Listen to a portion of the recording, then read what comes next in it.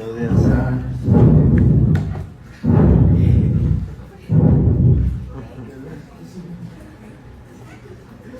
Bueno, muchachos, entonces vamos a continuar con la clase de enfermedades del metabolismo divididas. Vamos a hacer un breve repaso para retomar. Para terminar esta clase hoy ya comenzar con bioquímica genética. No lo tengo. O sea, toca que lo saquemos. Vamos a hacer el repaso.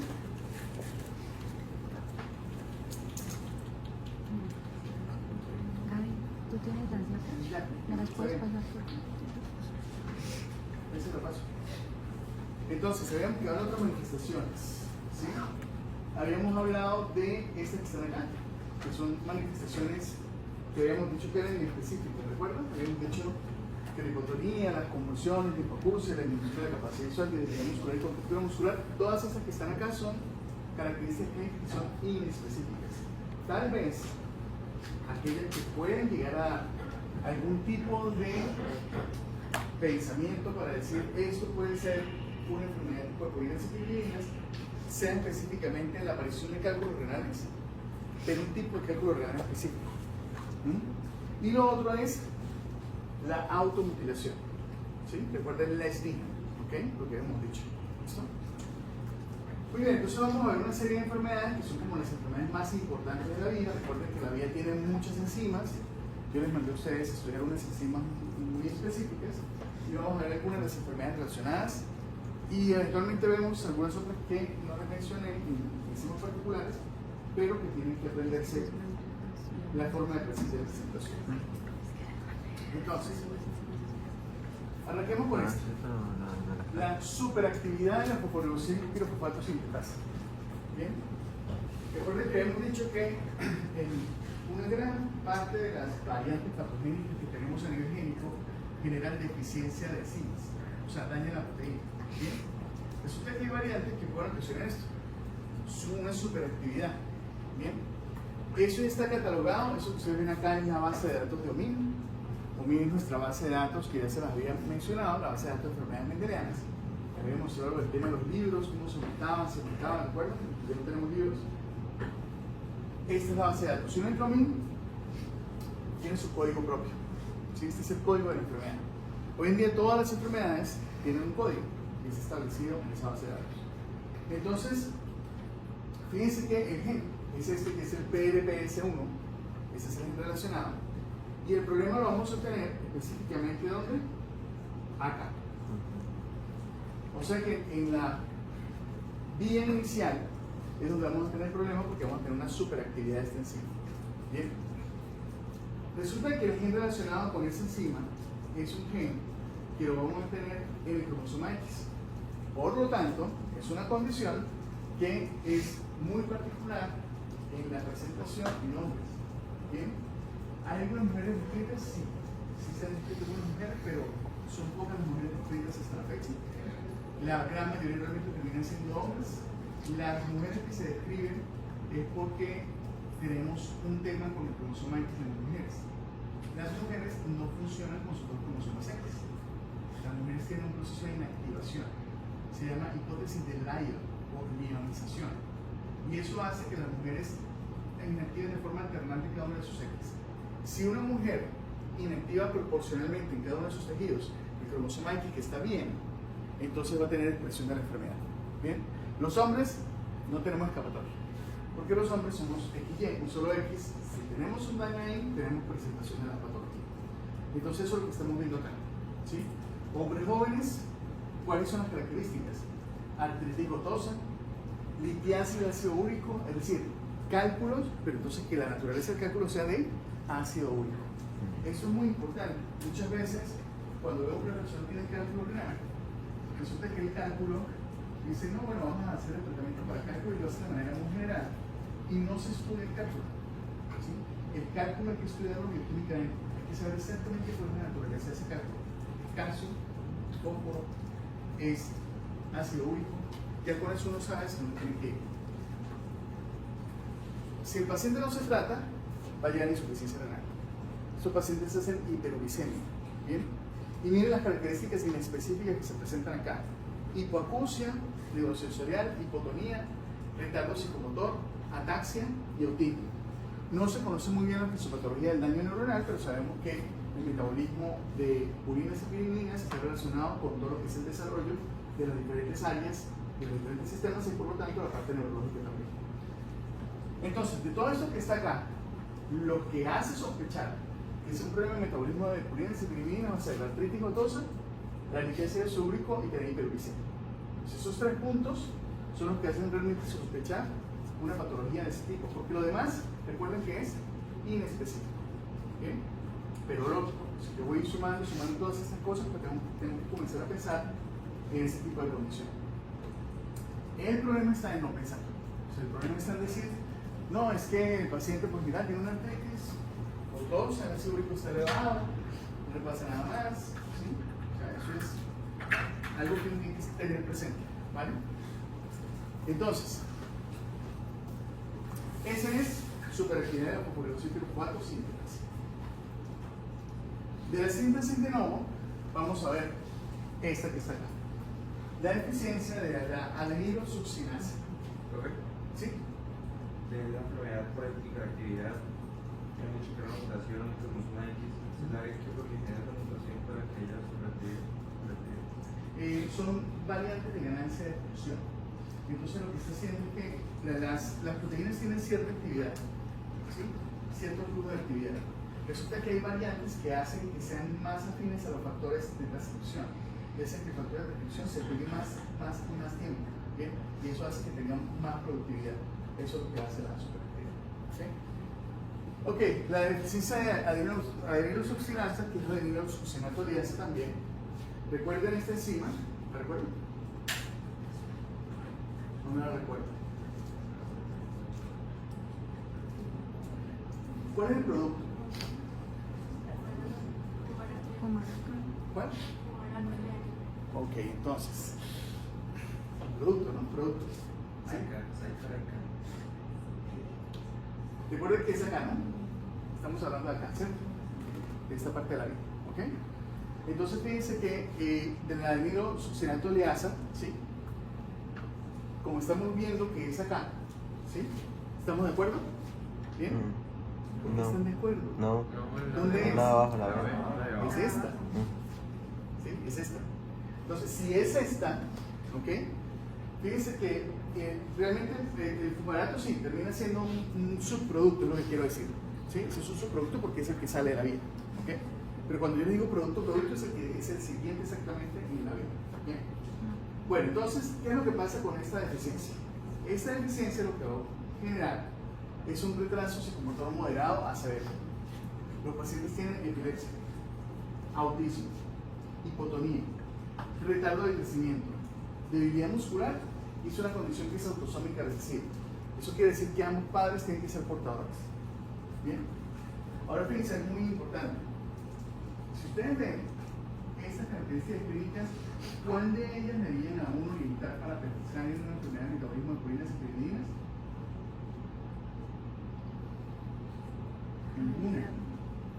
Ninguna porque todas son específicas. O sea, no hay nada que me haga pensar acá, mire, yo voy a tener el ácido úrico extremadamente elevado, voy a tener eso, sí, o sea, no tengo algo que me oriente para poder decir, venga, esta es una enfermedad que es de descarte. ¿Sí? O sea, cuando usted tiene un paciente, que el paciente usted lo ha estudiado ya, enfermedades cromosómicas, alteraciones estructurales cromosómicas, un panel para epilepsias, un exoma. Entonces tiene que pensar ya en enfermedades metabólicas de purinas y piriminas, o sea que termina siendo descarte. Pero ojo, el descarte es que usted tiene que tenerlo en la cabeza. O sea, si usted no tiene en la cabeza esa condición, usted va a decir, el paciente, hicimos los estudios y no sabemos qué tiene. Porque no dirigió exactamente el estudio de metabolismo de purinas y piriminas. Entonces eso es muy importante. Miremos esta deficiencia de AMP de aminasia muscular. Ustedes tienen un artículo que es de lectura obligatoria, que es de las enfermedades, ¿sí? De esas, fíjense la vía, ¿bien? Y miren que en cada número hay una enzima, y en cada número genera un bloqueo, y genera una enfermedad. Específicamente esta, ¿dónde está? Acá, en el punto 6, de pasar de AMP a IMP, ¿okay? Esta es una de las condiciones más importante desde el punto de vista de frecuencia, pero que ha sido más olvidada y menos estudiada. ¿Bien? Y eso realmente debería estar muy presente en nosotros, en la parte de la población, porque sí genera dificultades. Entonces, por ejemplo, lo primero es que está en un 2% de la población caucásica. ¿Bien? Si ustedes ven ahí, la mayoría son asintomáticos. Lo que vamos a presentar es que en muchos casos van a tener debilidad muscular, fatiga, calambres, mialgias, y está asociado al ejercicio. ¿Sí? Entonces, no es una enfermedad en sí que produzca una patología o una sintomatología extremadamente severa y constante en los pacientes como hemos visto en los anteriores. En este caso, es algo que genera una intolerancia como tal al ejercicio y genera sintomatología que está asociada a él. Bien, cuando uno ve en un colegio, ¿sí?, que usted ve que está en educación física, bien, y están de repente dándole vueltas a la cancha, y hay 3 estrellas, que son los que van de primera a toda. Luego está el promedio, que es lo normal, ¿sí? Y luego está el rezagado. Pilas por el rezagado. Porque el rezagado le dicen que tiene pereza. El rezagado le dice, no, lo que pasa es que no quiere hacer ejercicio. No, el rezagado, resulta que el rezagado puede tener eso. ¿Sí? Puede tener una deficiencia de AMP de amenaza muscular. Entonces, ahí es donde hay que tener precaución. Sobre todo porque no es muy identificable. Tal vez lo único es que los calambres sí son más o menos de larga duración. ¿Bien? Levante la mano. ¿Quién no ha tenido jamás un calambre? Qué raro, ¿todos han tenido un calambre? Eso es raro. Hay gente que no ha tenido calambre. O sea, hay gente que no tiene calambre, no ha tenido nunca un calambre. ¿Sí? O lo malinterpretan. ¿Sí? Entonces, ya saben que es un calambre, ¿cierto? Okay. O lo malinterpretan. O sea, tienen un calambre, ¿verdad? Y en el proceso del calambre dicen, ah, qué curioso, está el músculo como raro. Si eso es un calambre, es una contractura que es involuntaria, que es dolorosa. Entonces les hago la pregunta: ¿a cuántos de ustedes ese calambre les ha durado más de 10 minutos? Levante la mano. ¿Más de 5? ¿Más de 2? ¿Más de 1 minuto? Más de 1 minuto, listo. Ok, 30 segundos. Ok, ya estamos más en promedio. Bien, ninguno levantó la mano que fuera más de 5 minutos. Si lo hubiera levantado, yo le hubiera dicho, vamos a hacer un estudio de eficiencia de MP de amenaza muscular. ¿Sí? ¿Por qué? Porque resulta que esta condición hace que el músculo no se recupere tan rápido. Un calambre suele durar más o menos entre unos 20 segundos a 1 minuto, más o menos. Bien, pasando 1 minuto puede ser. ¿Sí? Sobre todo si usted no cambia de posición, no adopta otra posición, no sé si los ha despertado un calambre, ¿sí? Y usted se despierta y usted tiene que cambiar de posición. Usted no se queda ahí como que vamos a esperar a que me pase. Usted cambia de posición, usted se levanta, usted se mueve, ¿sí? Entonces, lo que normalmente ocurre es eso. Bien, ahí, esta en particular no genera unos episodios de calambre tan largos. El paciente que yo he tenido por episodios de calambre más largos, ¿sí?, era un paciente que tenía un problema a nivel mitocondrial, una enfermedad mitocondrial. Y este paciente hacía calambres que eran de 24 a 72 horas. Qué bueno. El paciente, porque los calambres eran muy duros y eran en muchos grupos musculares, y lo que tocaba hacer era meterlo en la UCI, tumbarlo. Cuando digo tumbarlo, digo sedarlo, ¿no? Sedarlo, ¿sí? Se sedaba. Y se sedaba precisamente para eso. Entonces uno veía como el paciente estaba completamente sedado y usted veía la contractura muscular. O sea, el paciente está sedado, no está sintiendo, pero la contractura está ahí. ¿Sí? Entonces se mantenía durante mucho tiempo. ¿Bien? Entonces, obviamente, fíjense que se está saliendo de la normalidad. Cuando usted vea que algo se está saliendo de la normalidad, es cuando uno tiene que decir, aquí está pasando algo. Usted no puede normalizar las cosas. Usted no puede decir, sí, esos calambres son así, a veces duran 3 días. Pregúntele a la gente a ver cuánto le dura un calambre. No le dura eso, ¿cierto? Entonces fíjense que ese tipo de cosas son muy importantes tenerlas en cuenta, sobre todo porque ¿qué pasa si la persona que tiene una deficiencia de MP de amenaza muscular resulta que quiere ser futbolista? ¿Sí? Usted desea ser futbolista, quiere ser futbolista, sueña con ser futbolista, pero su organismo no le va a permitir ser futbolista. ¿Sí? Usted va a ser un fracaso, ¿bien? Y se va a frustrar. Entonces hay que entender, hay que comenzar como a perfilar si eso está pasando. De hecho, la propuesta que hay por parte de deportología y por parte de los centros a nivel internacional es que los pacientes deben testearse para esto. Es decir, si usted quiere entrar como en temas de deporte y quiere ser deportista de alto rendimiento, pues testéese para esto. Porque de nada sirve tener un tipo que le ha echado durísimo las ganas y todo, y sí, y el tipo puede que juegue bien y todo, pero presenta esta cosa. Por más que usted quiera, no lo puede hacer. ¿Bien? ¿Ustedes han escuchado el término amusia? ¿Alguien lo ha escuchado? Amusia. ¿Tiene conectado a internet? Búsquenlo ahí. Amusia. A-M-U-S-I-A. Búsquenlo ahí. ¿A quién lo lee? Es un trastorno neurológico, es el conocimiento adquirido que inhabilita a una persona para reconocer, procesar o reproducir tonos, ritmos y melodías musicales. Usted tiene una familia de músicos, su papá, su abuelo es músico, o sea, usted quiere ser músico, ¿sí? Pero usted tiene música. ¿Cómo se va a meter a ser músico? Si tiene música. No reconoce tonos, rítmica, no hay forma. Entonces, si usted tiene música, ¿sí? El problema va a ser cómo va usted a reconocer las notas, cómo va a reconocer la rítmica. ¿Bien? Uno de entrada puede darse cuenta cómo una persona puede tener música. Lo peor de todo es que la persona no se da cuenta. Eso es lo peor de todo. La persona no sabe que tiene música. ¿Bien? Usted puede reconocer a una persona con amusia por varias cosas. ¿Sí? Una, escúchelo cantar. Mira a ver cómo canta.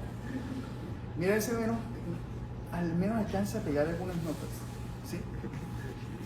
Dos, mire cómo baila. Cuando ustedes salgan a bailar, bueno, ustedes bailen, ¿no? Cuando ustedes salgan a un sitio a bailar, ¿sí? Y salgan todos, ustedes véanse bailar, ¿sí? Porque, repito, uno no se da cuenta. Uno cree que la está rompiendo, ¿sí? Usted cree que está bailando, pero brutalmente. Y resulta que usted tiene una variante patogénica en un gen relacionado con la música, ¿sí?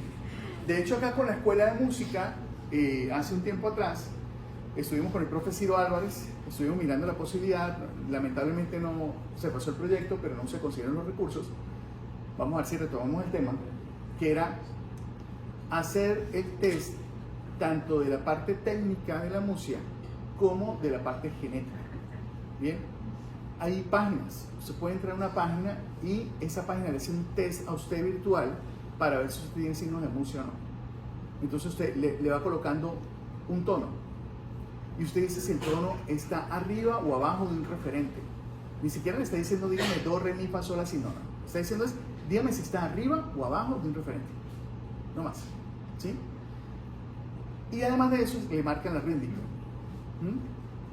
Entonces usted tiene que hacer lo que le están diciendo ahí en rítmica. Bien, y usted tiene que ir con el clic, tiene que ir con el teclado, tiene que darle, o con el ratón, y usted le da los puntos que se supone que usted escuchó la parte rítmica. Y él le predice la posibilidad de que usted tenga música. ¿Sí? Usted se imagina que a usted le encante la música, que usted quiera ser concertista y tenga música, va a ser frustrante total. O sea, va a ser una frustración total, porque usted no va a tener la capacidad de reconocer, su organismo no le da para reconocer eso, no se lo da, ¿sí? Igual pasa acá, ¿ok? Eva, por cierto, hablando de cosas de música, ¿han visto Angine de Poitrain? ¿Angina de pecho? ¿No lo han visto? Está súper viralizado. Por allá me dicen que sí lo vieron. ¿Usted lo vio? ¿Sí? Sí, no mucho. ¿Que ellos son de dónde? ¿Sabe dónde son ellos? ¿O no? ¿No sabe dónde son? ¿Cómo son ellos? Bueno, ¿cómo son físicamente hablando?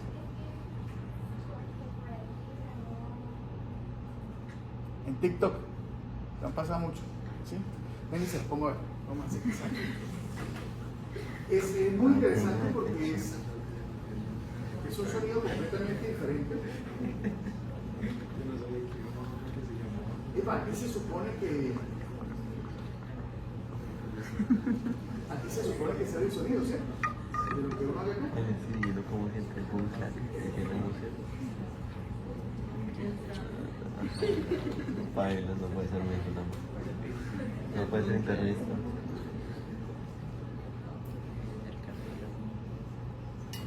Yo me quiero.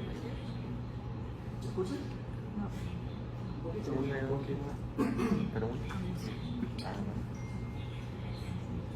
Uy, creo que se escucha solamente a través de esa cosa. ¿Son esos manes?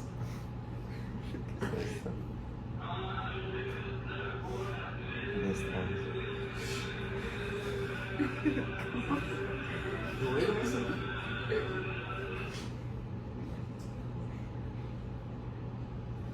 Son canadienses.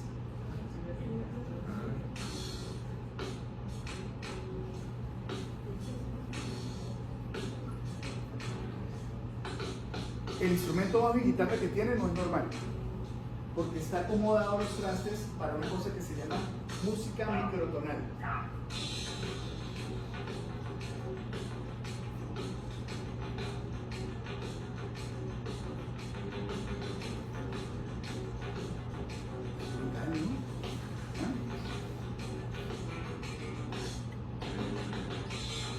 Una persona con la música no puede hacer eso.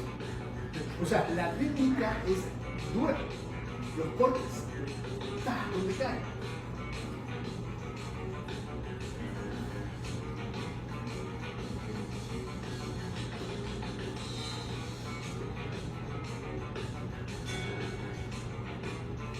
Es una fórmula, incluso tiene, o sea, ¿alguien música acá? 1, 2, 3. ¿Alguien? ¿Usted había música cuando era niño, no? O sea, pentagrama. Ok, compases. Listo. Los tiempos normales. 4 cuartos. 1, 2, 3, 4. 1, 2, 3, 4. Esta vaina está a 2 octavos. 2 octavos. ¿Sí? Y después de eso cambia la rítmica. Ahorita el baterista se va a meter en una rítmica que es a tiempo. Creo que tiene. Los cortes.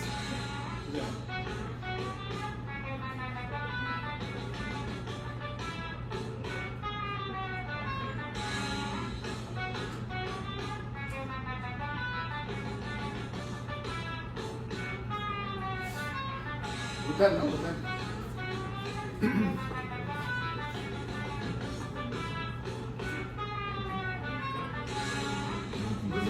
Toda la mañana, mire, cambió el tiempo. Y ese está haciendo lo mismo, ¿no? El guitarrista hace lo mismo y que cambió fue la batería. No, brutal.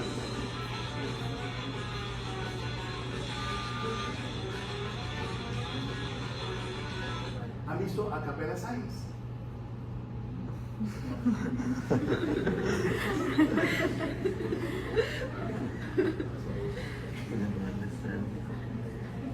Se llama Alessandro. Ahí se llama. Me apareció entonces. Ustedes vieron Chris, ¿verdad? Chris Cass.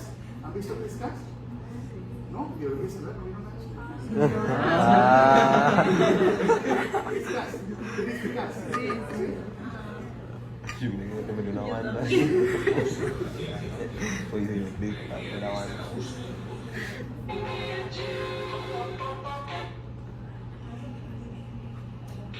Un tipo como con lo que él hace, no podría, o sea, este tipo combina la ciencia con la música, ¿no?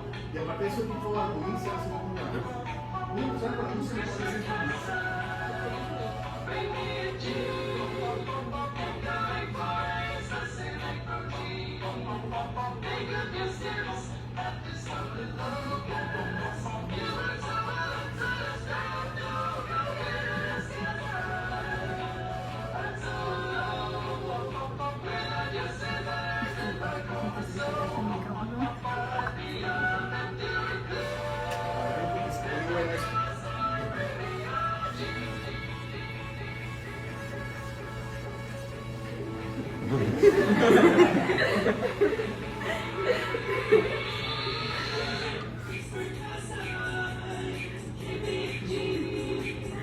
No hay ningún instrumento, todo es la voz. O sea, tú puedes hacer la voz en diferentes formas y es instrumentalmente vocal.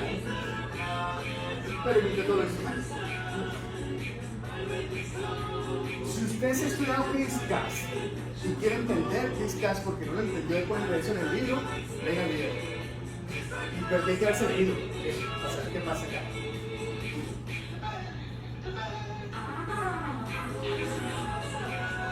Yo se imagino que es editar todos esos videos. O sea, la base tan buenísimo como sea para hacer eso. Y más adelante se vuelve peor. O sea, peor de bueno. Miren eso acá.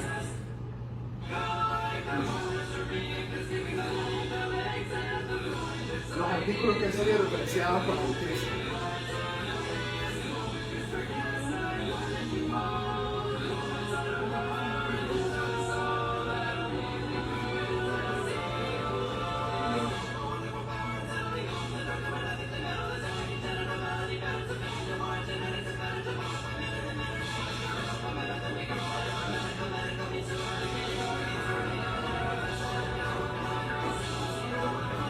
Miren esto, es buenísimo.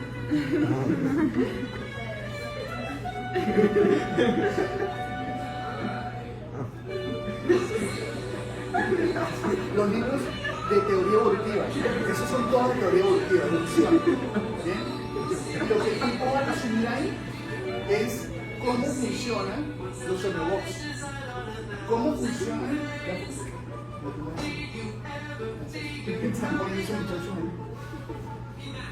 cómo las células reconocen para el medio. O sea, ¿por qué a mí me salen las uñas acá y no me salen acá? O sea, ¿cuál es el punto de señal? O mejor,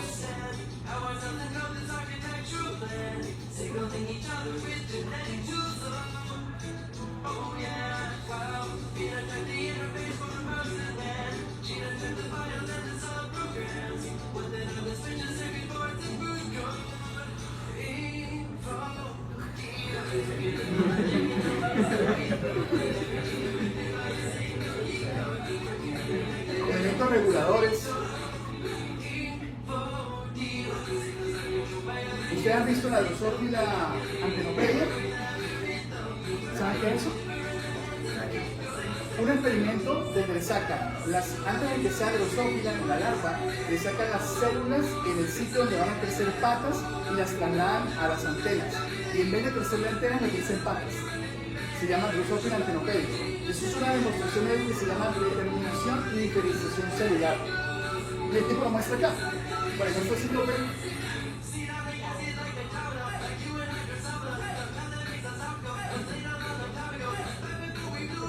ahí creo que muestra como de, fíjense, aquí le traes un ojo. Le tomaron muestras las células que están ya diferenciadas. Mira, ahorita sale la antenopedia. Todavía no. Casi.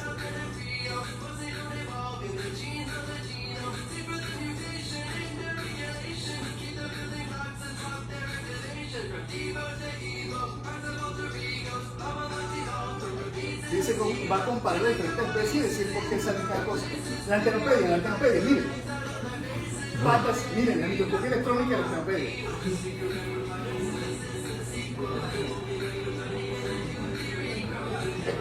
Y si a ustedes les gustan más cosas, por ejemplo la física o la química, etcétera, también tenemos para todas.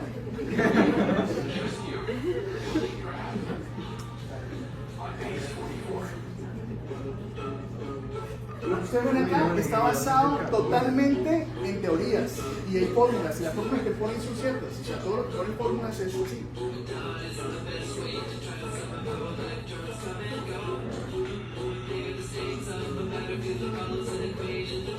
fórmulas son todas reales. Todas esas.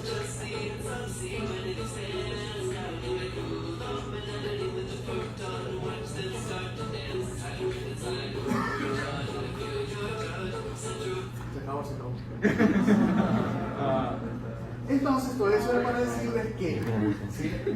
Existen este tipo de condiciones que hacen que usted pueda pensar que es algo nada más que la persona es así. No, no es que la persona es así, es que tiene un problema. O sea, la deficiencia de adenosina amenaza, ay no, pero se pues una cosa ya. Bien, igual todavía me queda tiempo.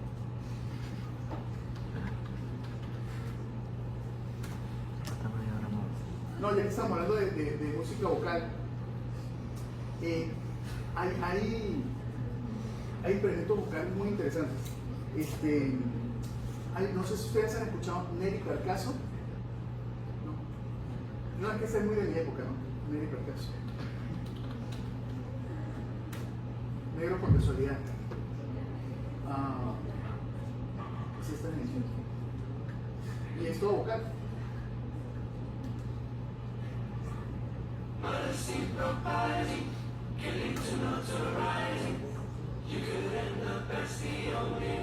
gusta la armonía y esas cosas.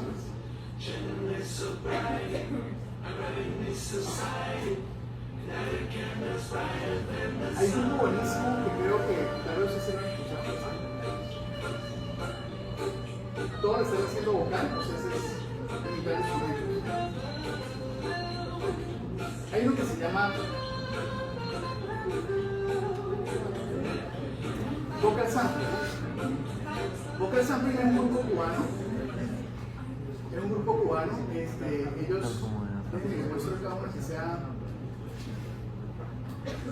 Les muestro esto.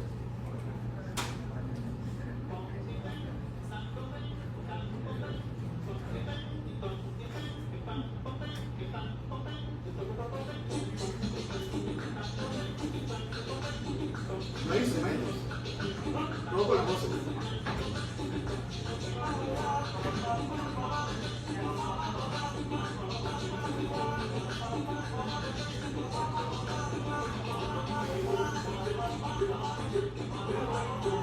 Puro vocal.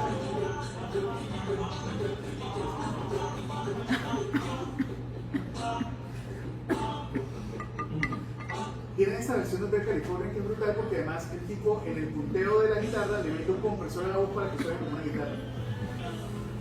Ahí es normalito.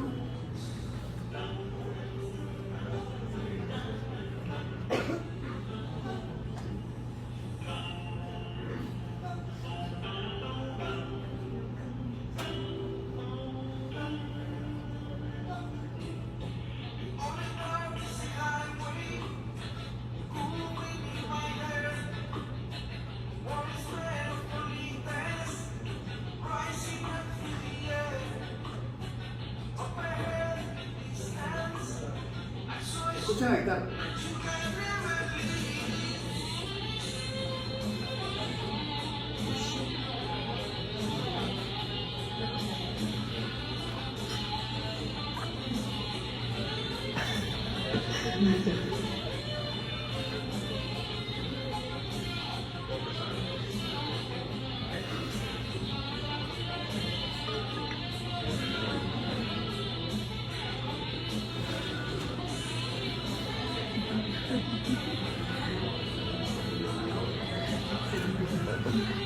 Tal vez este lo he escuchado, pentatónicos. ¿No? ¿Tampoco? ¿No? ¿Ustedes escuchan algo muy diferente? Julio Jaramillo. Miren este. Allá estuve, Este grupo es interesante porque se dio un concurso de un reality donde se conocieron allí y se armaron como grupo y después sacaron esta cosa.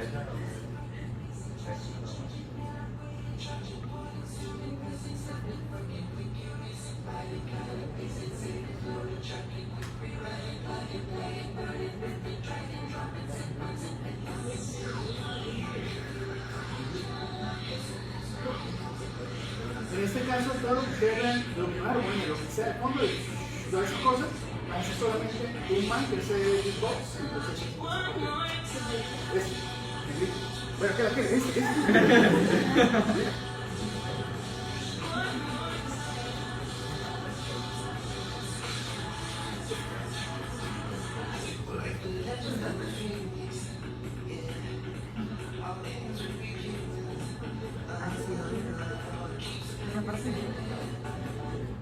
Si usted no supo reconocer nada de lo que le mostré ahorita, tiene una murcia pero bestial.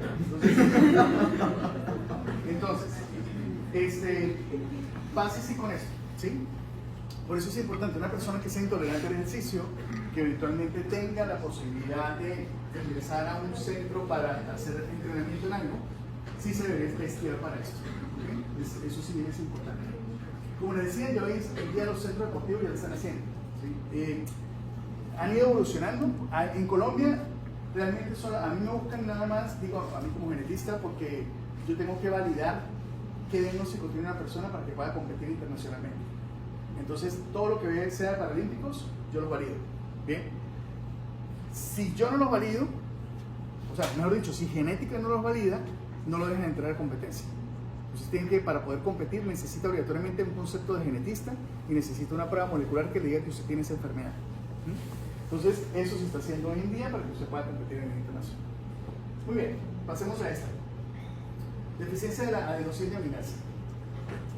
La deficiencia de la adenosina-aminasa, que es la de la ADA, ¿recuerdan en el esquema dónde estaba? En HPP, cuando yo les decía, venga, en la hiposantina fosforilosiltransferasa, que era la leishmania, ¿sí?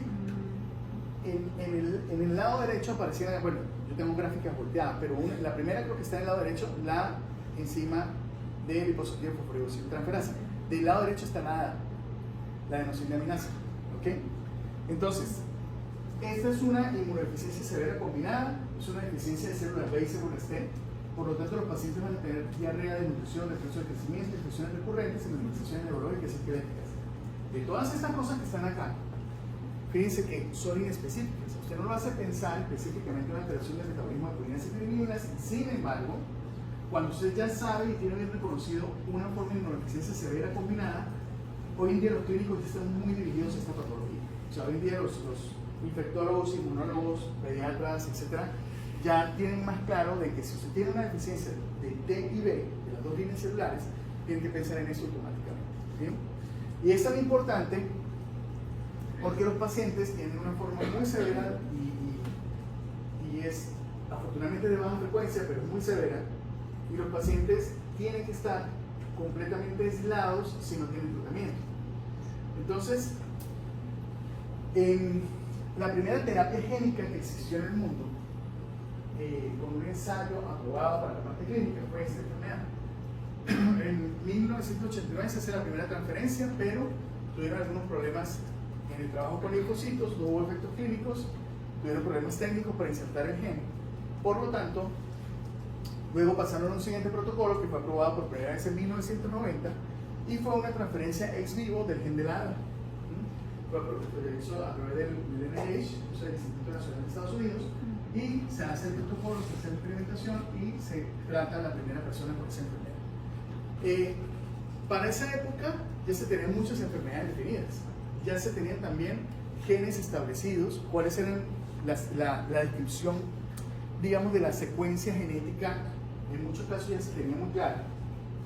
Pero porque esa fue la primera enfermedad que se trató, básicamente fue por los fracasos anteriores que se tuvieron y que hubo un caso que generó mayor interés en la población y sobre todo fue un caso que le prometieron que iban a tener un tratamiento y nunca lo tuvieron. ¿Qué es este caso? Este niño que ustedes ven acá es uno de los niños más emblemáticos de los niños burbuja, de los niños de la burbuja. David Bender. David Bender fue un niño que nació con esta enfermedad y en el momento del nacimiento le hicieron el diagnóstico, desde los primeros meses.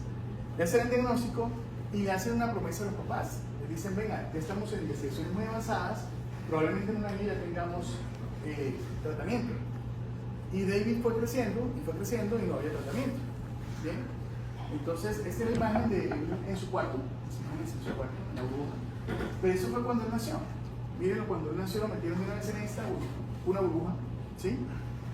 Y esos son sus papás, su hermana, y fíjense que acá David ya está más grande, y miren cómo David ahí no puede tocar a sus papás, o sea, no puede tener ningún tipo de contacto porque está en una burbuja, ¿sí? Resulta que este caso comenzó a generar un revuelo importante y dijeron, la NASA específicamente dijo, venga, si nosotros pudimos llevar el hombre a la luna, ¿por qué no podemos crear algo para que David salga al ambiente? ¿Bien? Y le hicieron ese traje, ¿sí? Entonces con ese traje eso lo aportó la NASA. Y con la NASA le dijeron a David que podía salir. El problema es que durante muchos años a David se le decía que él no podía salir de su habitación porque había unos monstruos afuera que se lo iban a comer, etcétera, etcétera. Entonces realmente David tuvo mucho temor en utilizar esto. De hecho creo que lo utilizó un par de veces nada más. Aquí está una de las fotos también emblemáticas del caso. David ya fuera en el ambiente, pero pues completamente aislado. Y cuando David llegó como a los 12 o 13 años, ya comienzan a hablar los papás y él, y en ese momento no había tratamiento dirigido. El único tratamiento disponible que había era hacer un trasplante de nervio. Era lo único. Pero con una tasa de fracaso del 80%. ¿Sí? Y una tasa de éxito del 20%. Ellos decidieron arriesgarse, sobre todo porque David les manifestó a sus papás que él no podía seguir viviendo así. Que él pues haría lo que fuera. Tomaron la decisión, le hicieron el trasplante y David murió. Entonces, ante eso, pues, eso causó demasiado revuelo y incluso salió una película. John Travolta protagonizó una película de niño en la burbuja y no sé qué, y bueno, un montón de cosas. Entonces, como ya se tenía muy bien definido el gen, como era una enfermedad que había causado un impacto también mediático, fue también la primera enfermedad que se trató. Y la primera paciente que se logró tratar fue esta paciente, Ashanti da Silva. Ashanti da Silva fue la primera persona que recibió terapia génica basada específicamente para la deficiencia de adenosina y lo lograron, se curó. ¿Sí? Se curó. ¿Bien? Esto trajo un positivismo a la extrema, pensando en que la terapia génica era la respuesta para toda la medicina. Estamos hablando que esto fue en 1990, ¿bien? Pero en 1997 hubo un paciente que entró en un protocolo, tenía una deficiencia que se llama deficiencia de ornitiltrascarbamilasa. ¿Recordarán ustedes eso? Ornitiltrascarbamilasa. El ciclo de la urea. Ok. Entonces tenía deficiencia de ornitiltrascarbamilasa y ese paciente tenía una deficiencia parcial, o sea que no tenía toda la clínica del proceso. Pero entonces él decide entrar al protocolo y él dice, bueno, primero que me curen esto, ¿sí? Pero segundo, si yo puedo aportar también para las personas que tienen una deficiencia completa de esta enzima, que realmente les va muy mal, pues perfecto. El paciente ingresa, le hacen el tratamiento y creo que como a los 2 meses fallece. No por la enfermedad, fallece por la terapia génica. El vector que se utilizó para insertar el gen, un virus, le causó una neumonía multilobular y el paciente se murió por el tratamiento. Ahí se detuvieron todos los protocolos e ensayos que habían en terapia génica. Y en 1997 no ve cómo se detienen todos y vuelven todos a fase preclínica y vuelven todos a fase experimental. Y durante muchísimos años estuvimos pegados en fase 1 y fase 2, fase 1, fase 2, fase 1, fase 2, en casi todos. Hasta el año 2010 que comienzan a darse unos avances en diferentes cosas y hasta que sale CRISPR-Cas. Cuando sale CRISPR-Cas, la cosa cambia para todos. Y hoy en día ya tenemos varias terapias génicas aprobadas en este momento. Bien, por la FDA tenemos varias, no tenemos todavía en Colombia, estamos en ese proceso, pero lógicamente el tema es, hay 2 temas. Uno, necesitamos tener un centro que haga los anticuerpos contra el vector. Porque si usted tiene anticuerpos contra el vector y yo le pongo el vector, pues usted me mata el vector, luego no inserte el gen, ¿sí? Y no tenemos un centro que haga los anticuerpos acá en Colombia. Y lo otro, que es tal vez lo más importante, es costos. Bien, ya se sabe que esto costo efectivo a largo plazo es buenísimo. El problema es sacar la plata ya. Ese es el problema. Porque la terapia génica, lo ideal es hacerlo una sola vez. Eso es lo ideal. Y con una sola vez que usted cure al paciente. Bien, ¿cuánto cuesta esa una sola vez? Entre 2 a 4 millones de dólares. Bien. aplicado a un país como Colombia para desembolsarlo de una vez, ese es el problema.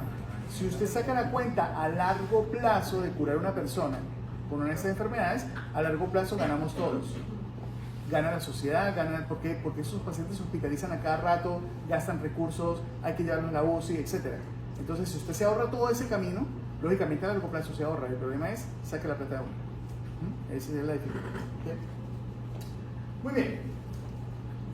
Miremos de la vía de recuperación. Entonces, de la vía de recuperación, vamos a irnos específicamente por acá y vamos a ver esta enzima que es la adenina fosforilosiltransferasa.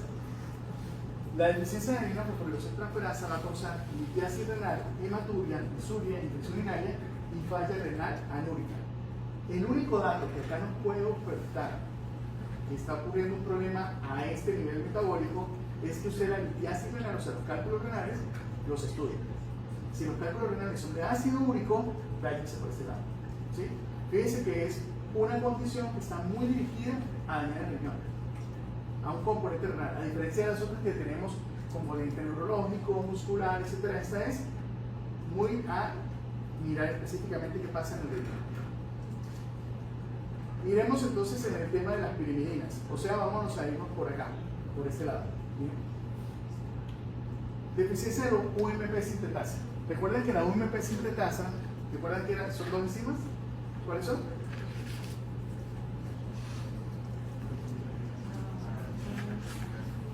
Muchachos, les voy a decir una cosa. ¿Cuál? Ajá, o sea, ¿pero qué? Orotato. ¿Sí? Oroto o orotato. Entonces el oroto. Bueno, entonces miren, a ver.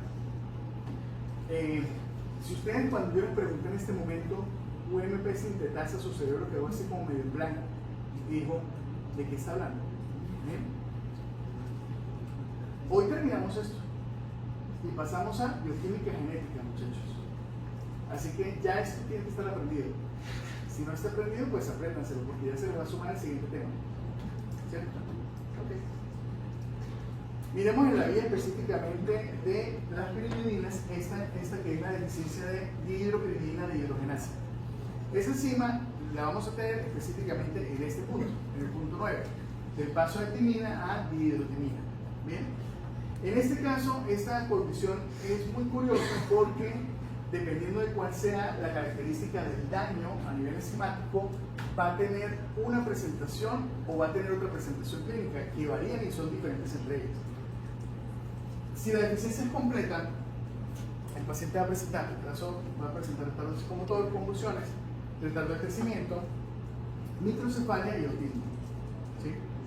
Entonces, lo mismo, es inespecífico, no nos da ningún dato como tal para orientarnos a él. La vía del metabolismo de proteínas o pirimidinas, pero ya ustedes saben que si ustedes tienen un componente neurológico sin un diagnóstico establecido, y han hecho ya todo, pues tienen que pensar en esta vía. ¿Bien? Lo curioso está en que la deficiencia de esta enzima, si se da parcial, provoca una clínica que es diferente. ¿Cuál es la clínica? Neutropenia, estomatitis y ataxia. Entonces, la estomatitis son lesiones a nivel de la mucosa oral que se generan de forma frecuente y ataxia. ¿Bien? Entonces uno dice, pero pues esta, o sea, ¿por qué la completa causa un componente muy neurológico y esta causa un componente que tiene parte neurológica, que es la ataxia, pero lo otro tiene que ver con el tema como de tener los neutrófilos bajitos, tener esas infecciones a repetición a nivel de mucosa? No tenemos la menor idea. O sea, no sabemos por qué una deficiencia completa me produce un fenotipo completamente diferente a una deficiencia parcial. Porque uno puede ver en algunas enfermedades, por ejemplo, fenilcetonuria, la hiperfenilalanina, la anemia. Uno dice, bueno, en esos casos son pacientes que tienen fenilalanina elevada, tienen algunas características y no me dan cuadro completo neurológico. Pero en esta particular no entendemos. O sea, se supone que si yo tengo una completa no debería tener neutropenia, debería tener neutropenia. Acá no tenemos ni idea. Deficiencia de la ureilopropionasa. Los pacientes van a tener hipotonía, retraso severo en el desarrollo y movimientos distónicos. ¿Bien? Ustedes saben ya en Morpho y eso han visto la correlación con fisiología, ¿han visto unos movimientos? Movimientos moleculosos, movimientos ese tipo de cosas, ¿no? tónicos, clónicos, tonicoclónicos, o sea, las epilepsias, ¿eso sí? Ok. Un movimiento distónico es un movimiento de contractura que es, los pacientes generalmente lo pueden hacer a nivel del rostro, de la cara, a nivel del cuello o a nivel de las extremidades. A diferencia de los movimientos tónico-clónicos que ustedes ven que son esas sacudidas de esta manera, ¿sí?